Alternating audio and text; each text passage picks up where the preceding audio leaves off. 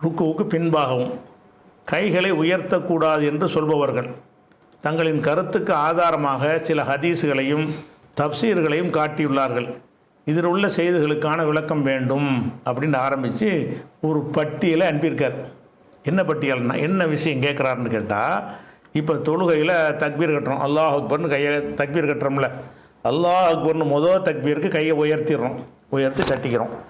அப்புறம் ருக்குவுக்கு போகிறோம்ல, அந்த ருக்குவுக்கு போகும்பொழுது கையை உயர்த்தணுமா உயர்த்தக்கூடாதா என்று சொன்னால், அந்த கையை உயர்த்தணும் என்றது குர்ஆன் ஹதீஸ் அடிப்படையில் இருக்கக்கூடிய எல்லா ஜமாத்துகளும் அதை சொல்கிறார்கள். ஷாஃபி மதுஹப் ஹம்பலி மதுஹப்லையும் கையை உயர்த்தணும் என்பதை அதை சொல்கிறார்கள். ஹனஃபி மதுஹபில் மட்டும் என்ன செய்கிறாங்கன்னு கேட்டால், அந்த கையை உயர்த்தக்கூடாது, முதல்ல உயர்த்துறமே அவ்வளோதான்.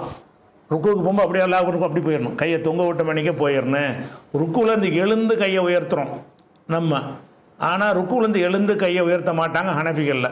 இப்போ ஹனஃபி மதுஹபுக்காரங்க என்ன செய்வாங்கன்னு கேட்டால், முதல் தக்பீருக்கு கையை உயர்த்தி இப்படி கட்டுவாங்க, ருக்குவுக்கு போகும்போது அல்லாஹ் அக்பர்வாங்க அப்படியே போயிடுவாங்க. அப்போ நான் ருக்குவில் எந்திரிப்பாங்க, சமையல்லா அலிமன் நம்பிதாமாங்க, கையை உயர்த்த மாட்டாங்க. ஆனால் ஹதீஸ் படி உள்ளது நம்ம குர்ஆன் ஹதீஸில் இயங்கக்கூடிய இயக்கங்கள், தௌஹீதுடைய எல்லா அமைப்புகள், சலபுகள், ஹனஃபியை தவிர மற்ற மதுஹபுக்காரங்க எல்லாருமே என்ன செய்கிறாங்கன்னு கேட்டால், கையை அல்லாஹ் அக்பர்னு முதல்ல உயர்த்துவாங்க, ருக்குவுக்கு போகும்போது அல்லாஹ் அக்பர்னு சொல்லிட்டு தான் குனிவாங்க. ருக்குலேருந்து எந்திரிக்கும் போது அல்லாஹ் அக்பர் சமையல்லா அலிமன் கையை உயர்த்துவாங்க. அப்போ இது இல்லைங்கிறாங்க இது ஹனஃபி மதுஹபுக்காரங்க.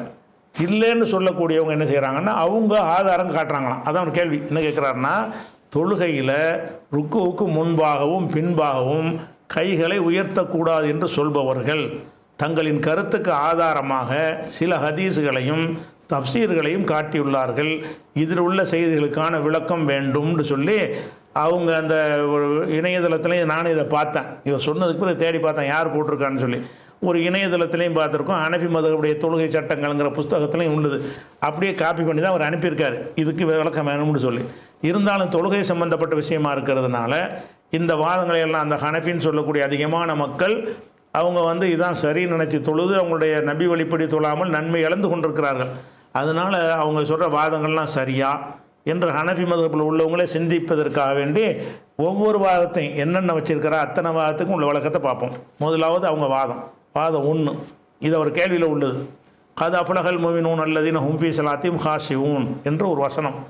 இதில் என்ன அர்த்தம்னா, தொழுகையில் உள்ளச்சத்தோடு இருக்கக்கூடிய மக்கள் வெற்றி பெற்று விட்டார்கள், இதுதான் குர்ஆனுடைய வசனம். அப்போ இந்த வசனத்துக்கு அர்த்தம் செய்கிறார் இப்னு அப்பாஸ் அவர்கள் சொன்னாங்களாம், இந்த வசனத்தின் விரிவுரையில் சொல்கிறார்கள், உள்ளச்சம் என்பதை கொண்டு கருத்து என்னவென்றால் அடக்கம் இயலாமையுடன் நிற்பதாகும். வலது இடது பக்கம் பார்க்கக்கூடாது, தொழுகையில் கைகளை உயர்த்தக்கூடாது. இதுதான் இறையச்சம். அல்லாஹ் சொல்கிறான், இறையச்சத்தோடு இருந்தால் தான் வெற்றி பெற்றவர்கள்ங்கிறான். தொழுகையில் உள்ளச்சத்தோடு இருப்பவர்கள் வெற்றி பெற்றார்கள்னு போல தான் குர்ஆனில் இருக்குது. இந்த குர்ஆனில் உள்ளதுக்கு இப்னு அப்பாஸ் விளக்கம் கொடுத்தாராம். உள்ளச்சம்னு என்ன தெரியுமா, கையை உயர்த்தக்கூடாது. கையை உயர்த்தினா உள்ளச்சம் இல்லை. உள்ளச்சத்துக்கும் கையை உயர்த்துக்கிற சம்மந்தம் எங்கேருந்து தருந்த விளக்கத்தை அவர் அல்லாஹ் சொல்கிறான், உள்ளச்சத்தோடு இருக்கணுங்கிறான். உள்ளச்சம்னு ஒருத்தன் என்ன விஷயம்னு சொல்லலாம்ல, உள்ளச்சத்துக்கு தான் அர்த்தம்னு சொல்லி ருக்கு செய்யக்கூடாது, அது உள்ளச்சத்துக்கு மாற்றம்னு சொல்லலாம்ல, குனிகிறது உள்ளச்சத்துக்கு மாற்றம் தானே, நீ சொல்கிறமா நான் சொல்லலாம்லன்னு கேட்கலாம். இருந்தாலும் என்ன செய்கிறாங்கன்னா, அவர் உயர்த்த மாட்டார்கள்னு தப்சீர். இது எங்கே இருக்குதுன்னு கேட்டால், தப்சீர் இப்னு அப்பாஸ்னு ஒரு புக்கு இருக்குங்க. இப்னு அப்பாஸுடைய தப்சீர்னு சொல்லியே பேர் அதுக்கு. அந்த தப்சீர் இப்னு அப்பாஸுங்கிற புக்கில் என்ன இருக்குதுன்னு கேட்டால், இந்த ஆயத்துக்கு அர்த்தம் என்னென்னா, உள்ளச்சத்துக்கு அர்த்தம் என்னவென்று சொன்னால், இப்படி திரும்பக்கூடாது, வலது இடது திரும்பக்கூடாது 1. ரெண்டாவது என்னது, கையை உயர்த்தக்கூடாது, அடக்கமாக நிற்கணும், பலவீன இயலாமையாக காட்டுற மாதிரி நிற்கணும், திமிராக நிற்கக்கூடாது. இதெல்லாம் கூட அந்த அர்த்தத்தில் இருக்குது. அதான் அடக்கமாக இருக்கணும், ஒடுக்கமாக இருக்கணும்னா அந்த உள்ளச்சம் என்பதில் அது அடங்கும் என்று விளங்கிக்கிறோம். உள்ளச்சம் என்பதில் இப்படி கையை உயர்த்தக்கூடாதுன்னா, அப்போ ஆரம்பத்தில் தக்பீர் கட்டும்போது நீ ஒசத்தக்கூடாது, நீ அப்போ என் வசதி உள்ளச்சம் போயிடுச்சு. அப்போ தக்பீர் கட்டும்போது முதல் தக்பீரில் வசதுன்னு சொல்கிறீங்களா, கையை உயர்த்தக்கூடாதுன்னு தானே அவர் சொல்கிறாருன்னு வரும்.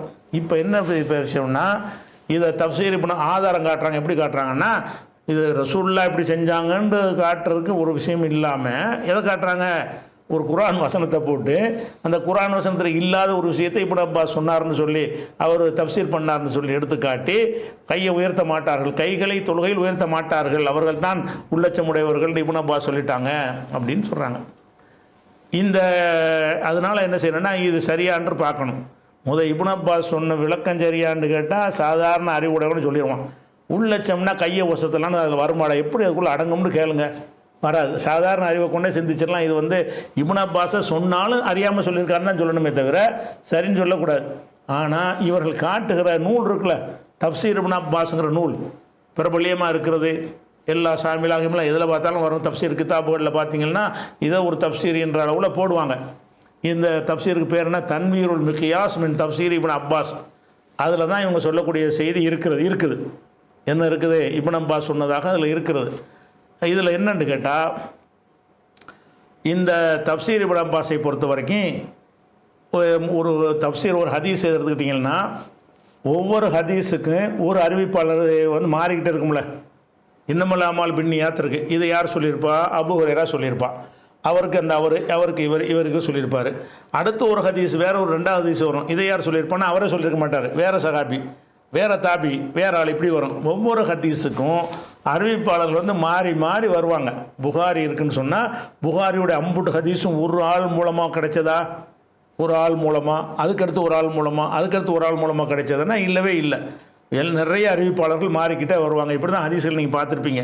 இந்த தஃப்சீர் இப்னு அப்பாஸுங்கிற என்னன்னு கேட்டால், இப்னு அப்பாஸ்கிட்டேருந்து இந்த மொத்த தஃப்சீரை முட்டையும் எது இப்னு அப்பாஸ்னு ஒருத்தர் தான் கேட்பார். அந்த ஒருத்தர்கிட்டருந்து இன்னொருத்தர் கேட்பார். அப்போ இப்னு அப்பாஸ் யூனிவர்சிட்டி நடத்தின மாதிரி, பள்ளிக்கூடம் வச்சு நடத்திக்கிட்டு இருந்த மாதிரி, ஒவ்வொரு ஆயத்துக்கு விளக்கம் சொல்லும்போது நோட் எடுத்த மாதிரி, அப்போ அந்த மாதிரி அர்த்தத்தில் அது சொல்லப்பட்டிருக்கு. தஃப்சீர் இப்னு அப்பாஸுங்கிறதுக்கு ஒரே அறிவிப்பாளர் வரலாம். மொத்த கித்தாப் இம்புட்டையும் ஒருத்தர் மனப்பாடம் பண்ண சொல்ல முடியுமா?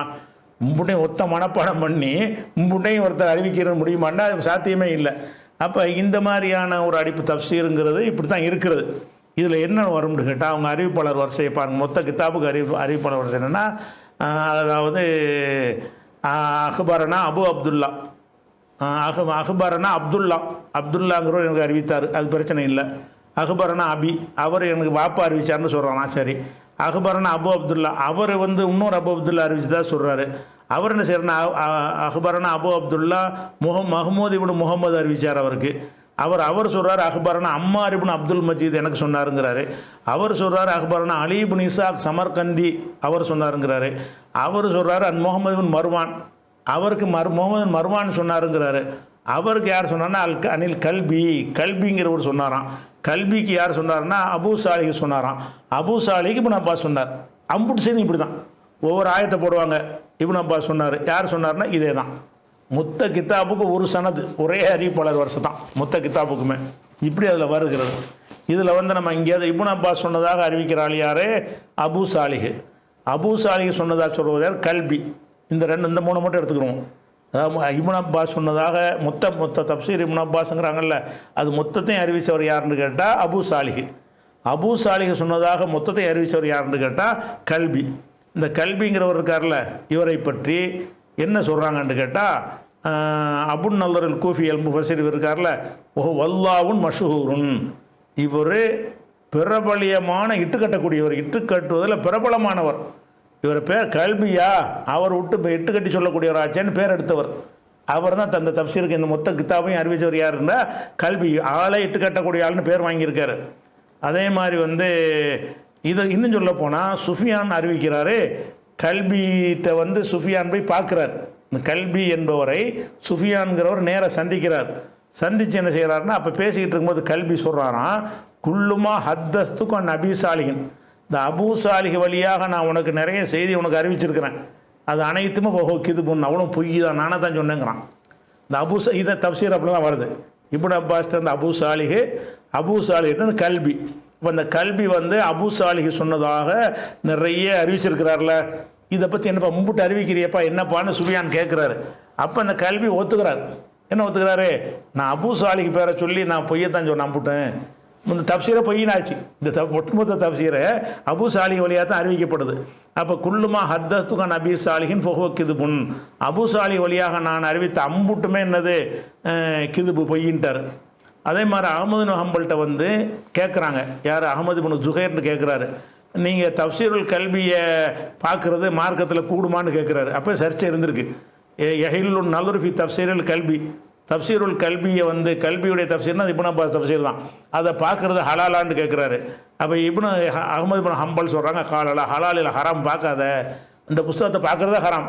இந்த புஸ்தகம் ஹனபி மதஹபில் கையை ஒசத்துக்கு ஆதாரம் காட்டுறாங்களே, அது ஒரு பொய்யை இட்டுக்கட்டி இப்னு அப்பாஸ் பேரில் இட்டுக்கட்டி சொன்னதுங்கிற ஒரு கித்தாபில் இருந்து எடுத்துக்கொண்டு இப்படி தான் ஒரு இபாதத்தை அமைச்சிக்கிறீங்களா? வணக்க வழிபாடு செய்வதற்கு ஒரு பொய்யனால் இட்டு கட்டப்பட்டது என்று அனைத்து அறிஞர்களும் தூக்கி எறிஞ்சாங்களே, அப்படிப்பட்ட ஒரு நூலில் எடுத்துருக்குறீங்க. அதே மாதிரி இப்னு ஹிப்பான் சொல்கிறாரு, உலூஹுல் கிதுபி அல்ஹர் மின்னான் யஹ்தாஜ் இல்ஹிராக் ஃபி வஸ்பிஹி, இவருடைய பொய்யை வந்து அவ்வளோ தெளிவாக இருக்குது, ஆய்வுலாம் செய்ய தேவையில்லை அப்படிங்கிறாரு. அதே மாதிரி அதை விட முக்கியம் என்னன்னு கேட்டால், இந்த அபூ சாலிஹ் தானே இப்னு அப்பாஸ் வந்து அறிவிக்கிறாரு. இந்த அபூ சாலிஹ் இப்னு அப்பாஸ் பார்த்ததே இல்லை. அதாவது இப்னு அப்பாஸ் சொன்னதாக அபூ சாலிஹ் அறிவிக்கிறாரு, அபூ சாலிஹ் சொன்னதாக கல்வி அறிவிக்கிறாரு. சரி, அபூ சாலிஹ் இப்னு அப்பாஸ் மாணவரா அப்படின்னு கேட்டால் இப்னு ஹிப்பான் சொல்கிறாரு, அபூ சாலிஹ் லம் யர இப்னு அப்பாஸ், இந்த அபூ சாலிஹ் இப்னு அப்பாஸை பார்க்கவே இல்லை. பார்க்காத ஒருத்தர்கிட்ட இருந்து எப்படி அபூ சாலிஹ் அறிவிப்பார்? அங்கே ஒரு பொய் எப்படிப்பட்ட பொய்யான கித்தாபு ஆதாரம் காட்டுறாங்கன்னு பாருங்கள். அதே மாதிரி வந்து இந்த கல்வி இருக்கார்ல, அபூ சாலிஹ்கிட்ட இருந்து அறிவிக்கிறாரு கல்வி. இந்த கல்விக்கும் அபூ சாலிஹ்க்கும் என்ன தொடர்புன்னு கேட்டால், ஏதோ 1-2 தடவை பார்த்துருக்குறாங்க, அவ்வளோதான். இல்லற ஹர்ஃப் பாதல் ஹர்ஃப், 1-2 வார்த்தைகள் அவர்கிட்ட கேட்டதை தவிர அபூ சாலிஹுக்கும் கல்விக்கும் பெரிய தொடர்பே இல்லை. இப்படி வால்யூம் அறிவிக்கிறார். அவர் அபூ சாலிஹோடவே ஒட்டி உறவாடி பல ஆண்டுகள் இருந்தால் தான் மும்புட்டு பெரிய கிதாபை அறிவிக்க முடியும். ஆனால் கல்விக்கும் அபூ சாலிஹுக்கு என்னப்பா தொடர்புன்னு கேட்டால், ஏதோ 1 நாள் 2 நாள் 2 பேரும் பார்த்துருக்குறாங்க, அவ்வளோதான். 1 நாள் 2 நாள் பார்த்து முட்டை அறிவிச்சிருவீங்களா அப்படின்னு சொல்லி செய்கிறாரு. உலா யஹில்லு திக்ருஹு ஃபில் குத்துபி, இவரை கிதாபுகளை இவரை பற்றி பேசுவதே ஹலால் கிடையாது. கைஃபல் இஹ்திஜாஜு பிஹி, இவர் எப்படி ஆதாரமாக கொள்வது என்று இப்னு ஹிப்பான் கேட்குறாரு. அதே மாதிரி வந்து ஷாஃபி இமாம் அவங்க சொல்கிறாங்க, இப்னு அப்பாஸ் தஃப்சீர் பண்ணதுன்னு சில இருக்கிறது, அதெல்லாம் எப்படி வரும்னு கேட்டால் இப்னு அப்பாஸ் சொன்னதாக ஒரு அறிவிப்பாளர் சொல்லி அதுக்கு சொல்லி ஒவ்வொரு இதுக்கு வெவ்வேறு அறிவிப்பாளர் வரும். அது புகாரி முஸ்லீம்லாம் அந்த மாதிரி தஃப்சீர்கள் வருது. ஒட்டுமொத்தமாக ஒத்தால் 100 தாண்டாதுங்கிறார். ஷாஃபி இமாம் சொல்கிறாரு, லம் யஸ்புத் அன் இப்னு அப்பாஸின் ஃபி தஃப்சீரி இல்லா ஷபீஹும் பிமேத்தி ஹதீஸின், 100 ஹதீஸ் அளவுக்கு தவிர மற்றதே உறுதியானது கிடையாது. இப்னு அப்பாஸ் சில விளக்கங்கள் சொல்லி இருக்கிறார். அதுக்காக இந்த கல்வி அபூ சாலிஹ் வழியாக இல்லை, நல்ல அறிவிப்பாளர் வழியாக வரும். மொத்தமாக இப்னு அப்பாஸ் சொன்ன விளக்கம்னு எடுத்து பார்த்தீங்கன்னா 100 தான் தேருங்கிறார் அவர். அதே மாதிரி வந்து ஷவுகானி சொல்கிறாரு, இந்த தப்சீர் இப்னு அப்பாஸ்ங்கிற கிதாப் இருக்குல்ல, இது மர்வியுன் மின் தரைக்கில் கத்தாபீன கல்பி சதி முகாத்தில், கல்வி சதி முகாத்தில், இந்த 3 பொய்யர்கள் வழியாகத்தான் இப்னு அப்பாஸ் தப்சீர்ன்றது அறிவிக்கப்பட்டிருக்கிறது. சுயுத்தீம் இதை சொல்லியிருக்கிறாரு. ஷாஃபி மதுபுல் சுயுத்தீம்பாங்களா அவர், இதே கருத்தை இப்னு தைமியாவும் சொல்லியிருப்பதாக ஷவுகானி என்ன செய்கிறாரு எடுத்து காட்டுறாரு. அதே மாதிரி வந்து இப்னு மயின் சொல்கிறார். இப்னு மயின்னா ஹதீஸ் கலைக்கு பெரிய மேதை. அவர் என்ன செய்கிறாருன்னு கேட்டால், பில் ஈராக்கி கிதாபுன், ஈராக்கில் ஒரு கிதாப் இருக்குது, எம்பகை யுதுஃபன, அதை புதைச்சே ஆகணும். என்ன செய்யணும்? அந்த கிதாபை எடுத்து புதைச்சிடணுங்கிறாரு. அது என்ன கிதாப் என்றால் தஃப்சீருல் கல்பி அன் அபி சாலிஹ். இந்த அபூ சாலிஹ் வழியாக கல்வி அறிவிக்கிற தஃப்சீர் இருக்குல்ல, இப்னு அப்பாஸ் தஃப்சீர், இந்த கிதாபை புதைச்சே ஆகணும் முதல்ல அப்படிங்கிறார். அப்போ ஈராக்கில் தான் இந்த கிதாப் பரவிக்கிட்டு இருக்குது. இந்த கிதாபை தஃப்சீர் இப்னு அப்பாஸ்ன்னு பரப்பிட்டு இருக்கிறாங்க. இதை எடுத்து குழி தோண்டி புதைங்கப்பாங்கிறார் யார்? இப்னு மொயின்கிறவர் சொல்கிறார். அதே மாதிரி வந்து இது மாதிரி நிறைய பொய்கள் இருக்குங்களேன், இது மாதிரி உள்ளது. அது ஜலாலுதீன் சுயுத்தி சொல்கிறார், அவரும் வழங்குறார். இப்போ எல்லாருமே மறுத்துருக்குறாங்க. அப்போ இவங்க ஹனபி மதஹபில் என்னப்போ ஆதாரம்னு கேட்டால், கையை வந்து ருக்குவுக்கு போகும்போது ஒசத்தணுங்கிறீங்களா, ஒசத்தக்கூடாதுங்கிறீங்க. என்னத்தினால கூடாதுங்கிறீங்க? உள்ளட்சத்தோடு இருக்கணும். உள்ளட்சத்துக்கு இதுக்கு என்னப்பா சம்பந்தமே இல்லை. சரி, இப்னு அப்பாஸ் சொன்னாருங்கிறீங்க. இப்னு அப்பாஸ் பேரில் பொய்யில் சொல்லியிருக்கிறாங்க, ஒரு பொய்யன் இட்டு கட்டின ஒரு கதையை ஆதாரமாக்குறீங்களா? இது அவங்களுடைய ஆதாரத்தினுடைய லட்சணம் இப்படி இருக்குது. அடுத்ததாக என்ன செய்கிறாருன்னு கேட்டால், இதுக்கு இதே மாதிரி ஒரு அரபி வாசகத்தை போட்டு இமாம் ஹசன் பஸ்ரி அவர்கள் இந்த வசனத்தின் விரிவுரையில் கூறுகிறார்கள், உள்ளட்சம் மிக்கவர்கள் என்பதன் கருத்து தக்பீர் தஹ்ரீமா தவிர தொழுகையில் கை உயர்த்த மாட்டார்கள். அரபிலையும் போட்டிருக்கிறாங்க. தக்பீர் தஹ்ரீமா முதல் தக்பீர் இருக்குல்ல, அதை தவிர மற்ற தக்பீரில் கையை ஒசத்த மாட்டார்கள், அதுதான் உள்ளட்சத்துக்கு அர்த்தம்னு ஹசன் பஸ்ரி சொன்னார்னு போட்டிருக்கிறாங்க. ஹசன் பஸ்ரி சொன்னார்னு போட்டிங்கன்னா அது எந்த கிதாபில்? முதல்ல ஹசன் பஸ்ரி சொன்னால் ஒரு ஆதாரம் ஆகாது. உள்ளட்சத்துக்கு இதான் அவர் புரிந்து கொண்டு எந்த வகை அடிப்படையில் புரிஞ்சார்? உள்ளச்சோட இருப்பார்கள் மட்டும் இருக்குது. அதுக்கு அர்த்தம் இப்படின்னு என்ன வேணாலும் சொல்லலாமே. அந்தந்த மதங்கள் விரல ஆட்டாமல் இருப்பதான் உள்ளச்சம்னு இன்னொருத்தன் சொல்லலாம். இன்னொருத்தன் என்ன செய்யலாம், அத்தையாத்தி இருப்பில் உட்கார்றது தான் உள்ளச்சத்துக்கு மாற்றம், உட்காரக்கூடாதுன்னு சொல்லலாம். அவன் நினைச்சாலும் சொல்ல முடியுமா? அப்போ உள்ளச்சத்தோடு இருக்கணும் என்பதற்கு இதான் அர்த்தமா? நல்லா தெரியுது ஒன்றும் இல்லைண்டு. இதை இப்னு அப்பாஸ் பேரில் விட்டு பார்த்துட்டு அப்புறம் ஹசன் பசரியும் சொன்னாராம். ஹசன் பசரி சொன்னாருங்கிறியப்பா, சரி ஹசன் பசரி சொன்னாருங்கிறீல்ல, எந்த கிதாப்பில் இருக்குது?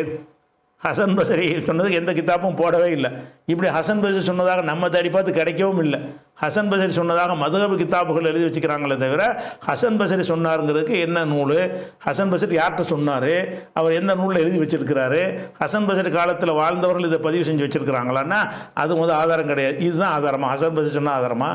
ரசூல் ஸல்லல்லாஹு அலைஹி வஸல்லம் சொன்னாங்க, தொழுகையில் கையை உயர்த்தினாங்கன்னு தெளிவான கண்ணுக்கு முன்னாடி ஆதாரம் இருக்கும் பொழுது இதுதான் உங்களுக்கு ஆதாரமாக காட்டுறாங்க.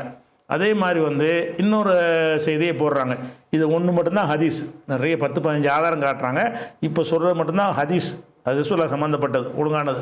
அதில் என்ன செய்கிறாங்கன்னு கேட்டால், இப்னு மஸ்ஊத் ரலியல்லாஹு அன்ஹு அவர்கள் அறிவிக்கிறாங்க. என்ன செய்கிறாங்கன்னா, மக்கள்கிட்ட சொல்கிறாங்க, ரசூலுல்லாஹ் தொழுத மாதிரி உங்களுக்கு நான் தொழுது காட்டட்டுமா? அலா உஸல்லி பிக்கும் ஸலாத்த ரசூலில்லாஹி ஸல்லல்லாஹு அலைஹி வஸல்லம், ரசூல் ஸல்லல்லாஹு அலைஹி வஸல்லம் தொழுத மாதிரி உங்களுக்கு நான் தொழுது காட்டட்டுமான்னு இப்னு மஸ்ஊத் கேட்டார். கேட்டு ஃபஸல்லா, அப்போ தொழுதார். தொழும் பொழுது ஃபலம் யர்ஃப யதைஹி, அவர் கைகளை உயர்த்தவில்லை, இல்லாஃபி அவ்வளி மர்ரா, துவக்கத்தில் உயர்த்தியதை தவிர, தக்பீர் தஹரீமாக வஸ்தோம்ல தக்பீர் கட்டும்போது அந்த ஒரு தடவையை தவிர வேறு தடவையில் உயர்த்தவே இல்லை அப்படின்னு சொல்லி இப்னு மஸ்ஊத் அறிவிக்கிறார்கள் அப்படின்ற ஹதீஸ் எடுத்து போட்டு, இந்த ஹதீஸ் எங்கெல்லாம் இருக்குன்னு அவங்க போட்டிருக்கிறாங்கன்னு கேட்டால், சுனன் நசையில், அபூதாவுத், திர்மிதி, இதெல்லாம் அவங்களுடைய டெக்ஸ்ட், இதெல்லாம் இந்த ஹதீஸை காட்டுறாங்க. இந்த ஹதீஸ் அறிவிப்பாளரை பார்த்தீங்கன்னா கரெக்டு தான். இப்னு மஸ்ஊத் தொழுவிச்சார். தொழுவிக்கும் போது என்ன சொல்லிட்டு தொழுவிக்கிறாரு, ரசூலுல்லாஹ் தொழுத மாதிரி நான் தொழுது காட்ட போகிறேன் அப்படின்னு சொல்லிட்டு தொழுவிக்கிறாரு. அந்த தொழுகையில் அவர் முதல் தடவை கையை உயர்த்தினாரே தவிர மற்ற இடங்களில் கையை என்ன செய்யலை, ருக்குவுக்கு போகும்போதும் ருக்குவில் எந்திரிக்கும் போதும் கையை உயர்த்தவே இல்லை. 2 ரக்காவது எந்திரிச்சு கையை உயர்த்துவோமே அதுவும் செய்யலை, எப்பவுமே உயர்த்தலைங்கிறார் அப்படின்னு இருக்கு. இந்த ஹதீஸ் மட்டும்தான் ஹதீஸு. இது அறிவிப்பாளரை பார்த்தீங்கன்னா சரியான அறிவிப்பாளர், எல்லாம் கரெக்டாக தான் இருக்கிறாங்க. இதை மட்டும் அவங்க ஆதாரமாக காட்டினாலாச்சும் ஓரளவுக்கு நம்ம ஏற்றுக்கலாம்.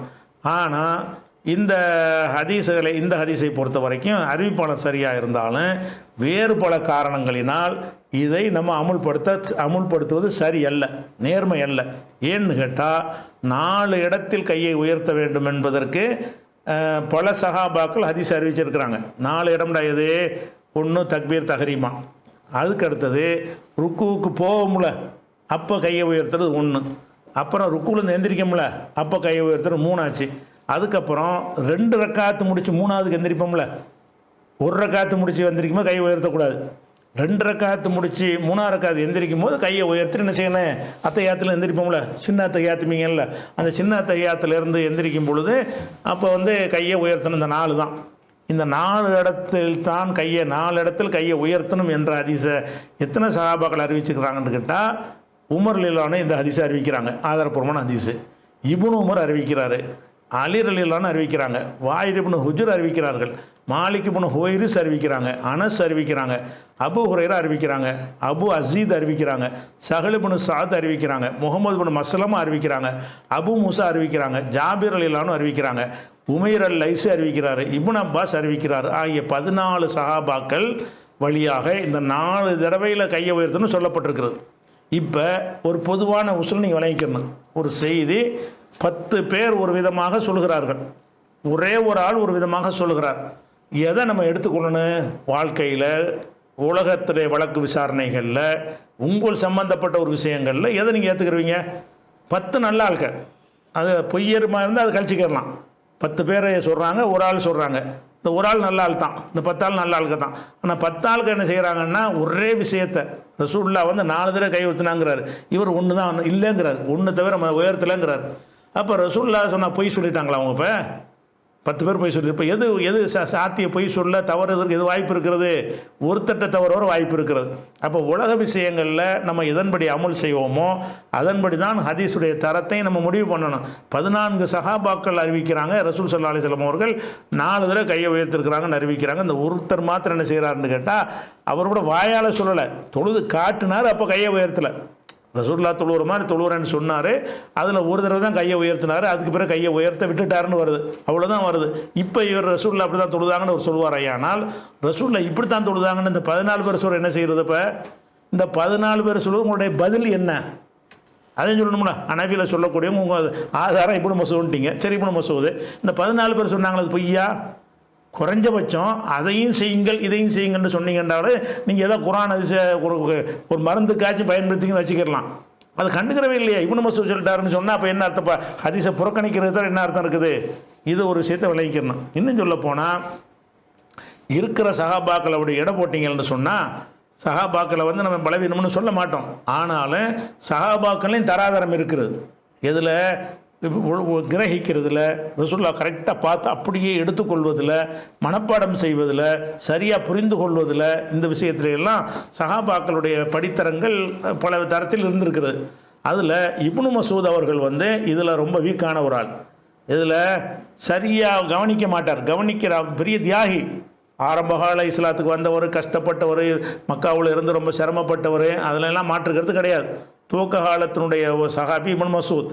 அது தனி விஷயம். துவக்க கால தியாகம் போக்குவரத்தில் ஒரு விஷயத்தை புரிந்து கொள்வதில், கிரகிப்பதில் அவருடைய நிலைமை எப்படி இருந்தது என்று பார்த்தோம்னு சொன்னால் அவர்கிட்ட நிறைய அந்த தொழுகை சம்பந்த விஷயத்தில் என்ன செய்கிறாருன்னு கேட்டால் அதில் அவருக்கு வந்து ஒரு குழப்பமாக இருந்திருக்கிறார். எப்படி இருக்குன்னு கேட்டால் அவர் என்ன செய்கிறாருன்னு கேட்டால் நம்ம ருக்கு செய்கிறோம்ல, ருக்கு செய்யும் பொழுது கையை கொண்டு போய் முட்டுக்காலில் வைப்போம்.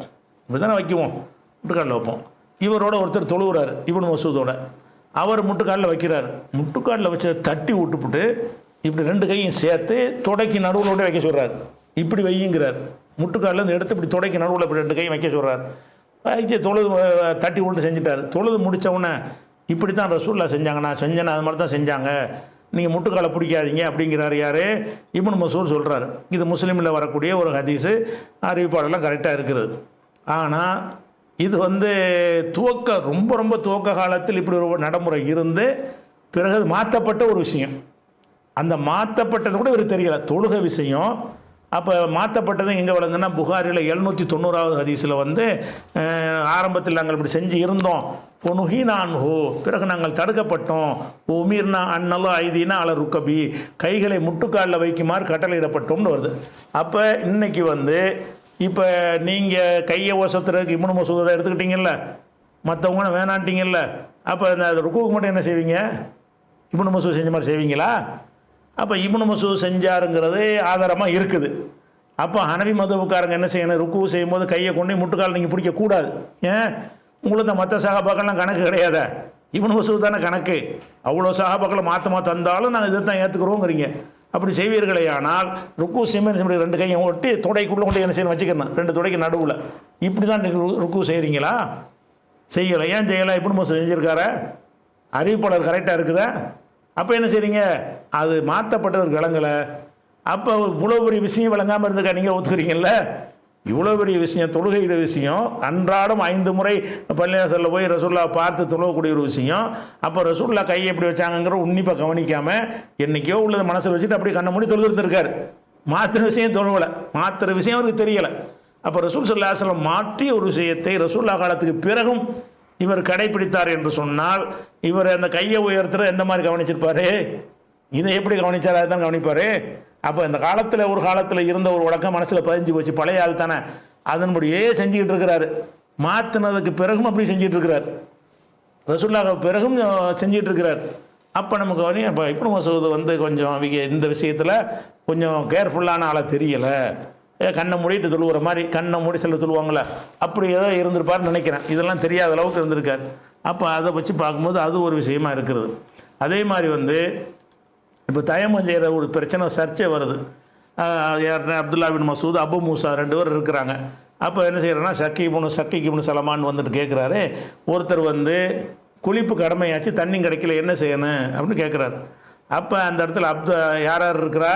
அபு மூசாங்கிற சஹாபி இருக்கிறாங்க, அப்துல்லா இப்னு மஸ்ஊத் இவர் தான் இப்னு மஸ்ஊத் சஹாபியும் இருக்கிறாங்க. அப்போ என்ன செய்யணும்னு கேட்கணும். இவர் முந்திக்கிட்டு என்ன செய்கிறாருன்னா, லாயு சொல்லி ஹத்தா இதழ்மா, தண்ணி கிடைக்கிறதுக்கு தொழக்கூடாதுன்ட்டார். யார்?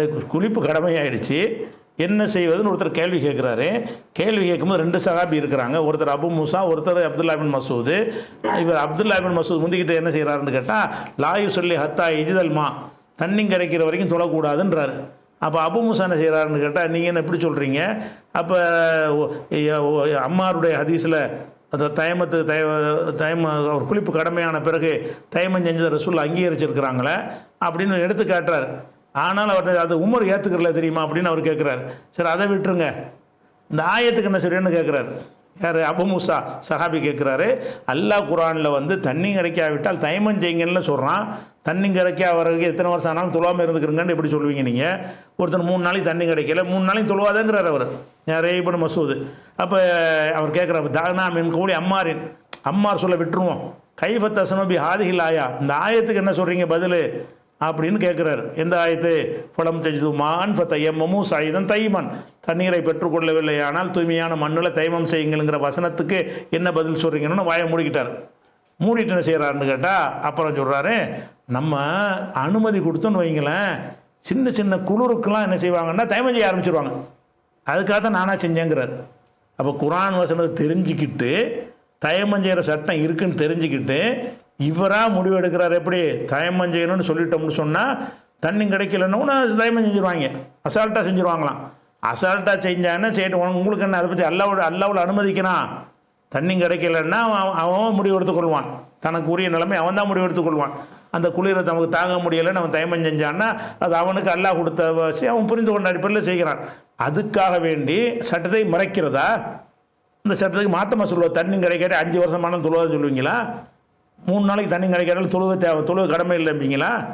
அப்போ இது வந்து இப்னு மசூத் அவர்கள் வந்து கொஞ்சம் இந்த மார்க்க ஆய்வு விஷயத்தில் கொஞ்சம் பின்தங்கினவராக இருக்கிறார். நீங்கள் அது அவருடைய தியாகங்களை குறை சொல்லலை, மார்க்க ஆய்வு விஷயத்தில் வந்து பின்தங்கினவராக இருக்கிறார் என்பதை எல்லாரும் ஒத்துக்கொள்கிற ஒரு விஷயம். இன்னும் சொல்ல போனால் உலகத்துக்கெல்லாம் தெரிஞ்ச விஷயம் என்னன்னு கேட்டால், குரானில் 114 வசனம் இருக்குங்கிறது எல்லாருக்கும் தெரியும். குரானில் எத்தனை சூறா இருக்குன்னா 114 சூறா இருக்குது. இன்னும் ரொம்ப சிறப்பான அனைவரும் மனப்பாடம் பண்ணிக்கிற சூறா எது?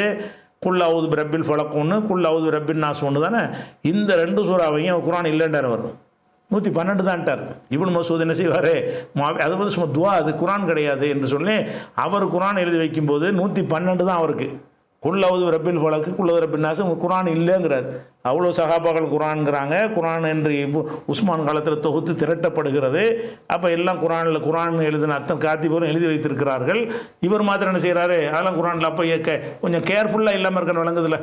இப்னு மசூத் அவர்கள் வந்து மார்க்க விஷயத்தில் கொஞ்சம் கவனமின்மையான ஒரு ஆள். இப்போ என்ன செய்கிறோம்னு கேட்டால், இப்னு மசூத் சொன்ன ஹதீஸ் அறிவிப்பாளர் வரிசையில் சரியாக இருந்தாலும் அவரை விட சிறந்த கவனமாக இருக்கக்கூடிய 14 சஹாபாக்கள் 4 சந்தர்ப்பத்தில் கையை உயர்த்தணும்னு சொல்லியிருக்கிறார்கள். 1. 2வது, இவர் வந்து நிறைய விஷயங்களில் மார்க்க விஷயங்களில் கொஞ்சம் கவனமின்மையாக இருந்திருக்கிறார். அதை ஹனஃபி மதுஹபும் ஒத்துக்கொண்டு தான் ருக்கு விஷயத்தில் அவரை ஃபாலோ பண்ணுறது இல்லை. ருக்குவில் அவர் செஞ்ச மாதிரி ருக்கு செய்கிறது இல்லை. அப்படிங்கும் பொழுது ஏன் ஆதாரமாக காட்டுறீங்க?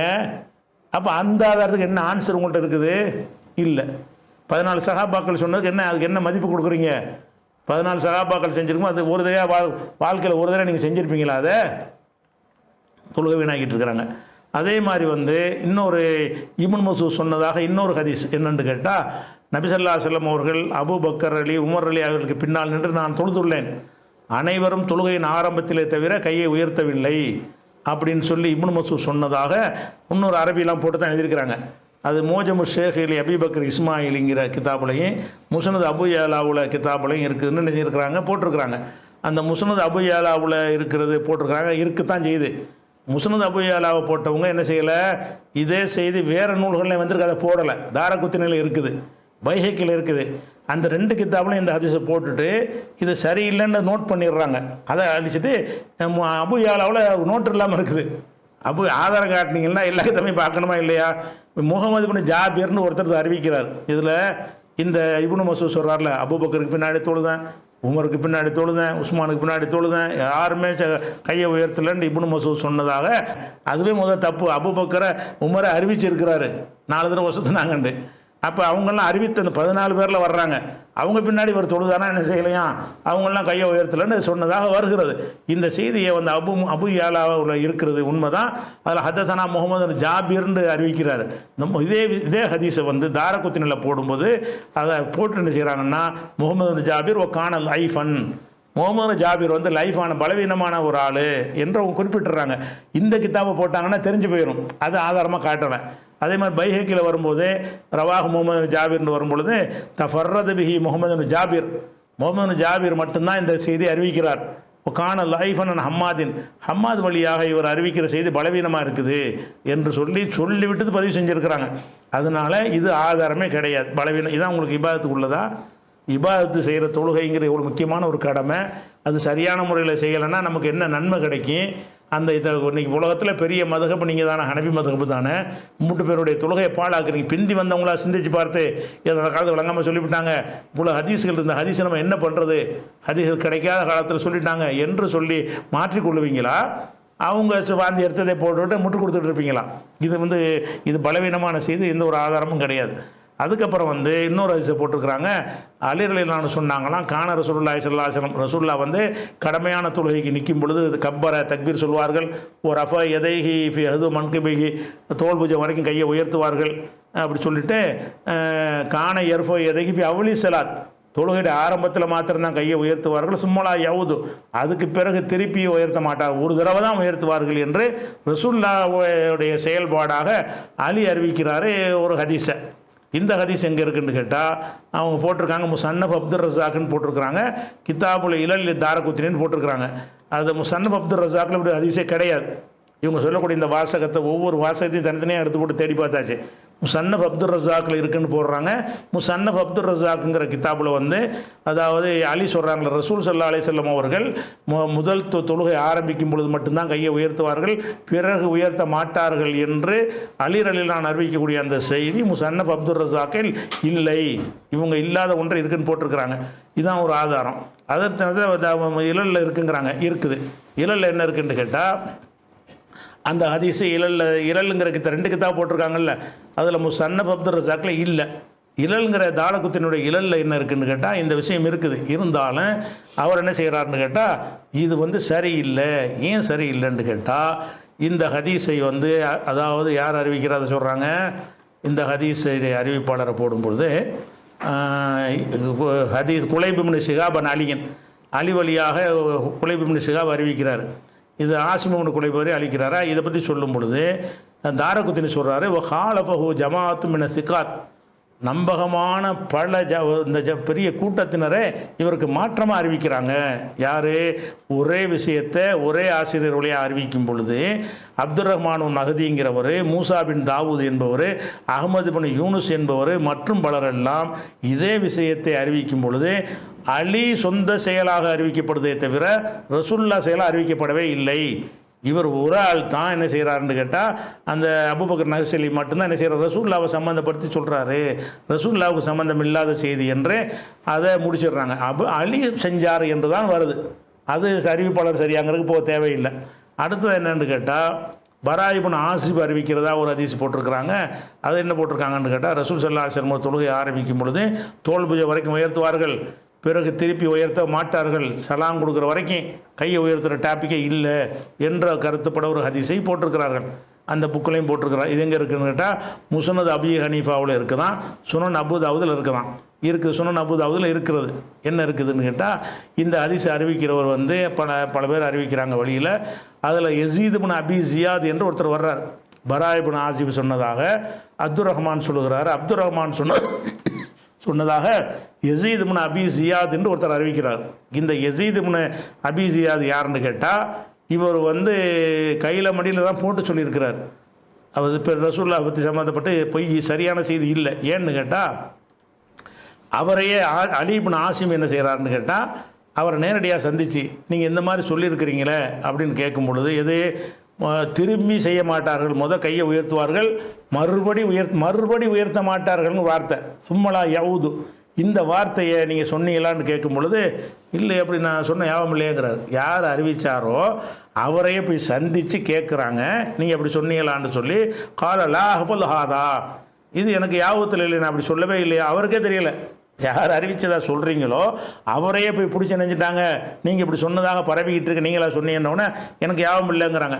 சும்மா ஆபத்து. பிறகு ஒரு தடவை சந்திச்சவர்கிட்ட போய் கேட்டேன், இப்போ காலலா பலுஹு, நான் எனக்கு யாபம் இல்லை. அப்போ முதல்ல கையை உயர்த்துவார்கள் வரைக்கும் தான் ஹதீஸு, பிறகு உயர்த்த மாட்டார்கள்னு ஒன்று சேர்க்குறாங்கல்ல, அது எக்ஸ்ட்ரா ஃபிட்டிங்னு சொல்லி அவர் ஒத்துக்கிறார். அதே மாதிரி அகமது பின் ஹம்பல் சொல்கிறாங்க, ஹாதா ஹதீஸுன் வாஹின், இது ரொம்ப பலவீனமான ஒரு ஹதீஸு. கான யசீது யுஹத்திஸ் பிஹி லைஸ ஃபீஹி சும்மலா யவுது, இவர் பிறகு ஒருக்கா திரும்பி செய்ய மாட்டார்கள்ங்கிற வாசகத்தை யசீது என்பவர் ஹதீஸில் இல்லை. அவர் சும்மா லுக்கின பியாகிரி, பிறகு என்ன செய்கிறாங்கன்னு கேட்டால் பிறகு திரும்ப மாட்டார்கள்னு அந்த ஹதீஸில் இருக்கான்னு யாவப்படுத்துவாங்க. ஆமாம் பார், யாரோ சொல்லும் பொழுது ஒரு ஆமான்னு சொல்லியிருக்காரே தவிர இந்த வாசகம் அந்த ஹதீஸில் எந்த வாசகம், ஆரம்பத்தில் கையை உயர்த்துவார்கள் மறுபடி உயர்த்த மாட்டார்கள்ங்கிற வாசகம் இருக்குல்ல, இந்த மறுபடி உயர்த்த மாட்டார்கள்ங்கிற வாசகம் இல்லாமல் தான் அந்த ஹதீஸை அறிவிச்சிட்டு இருக்கிறாரு. ஒரு ஆள் மறுபடி உயர்த்த மாட்டார்கள் இருக்க ஆமாங்கிறார்.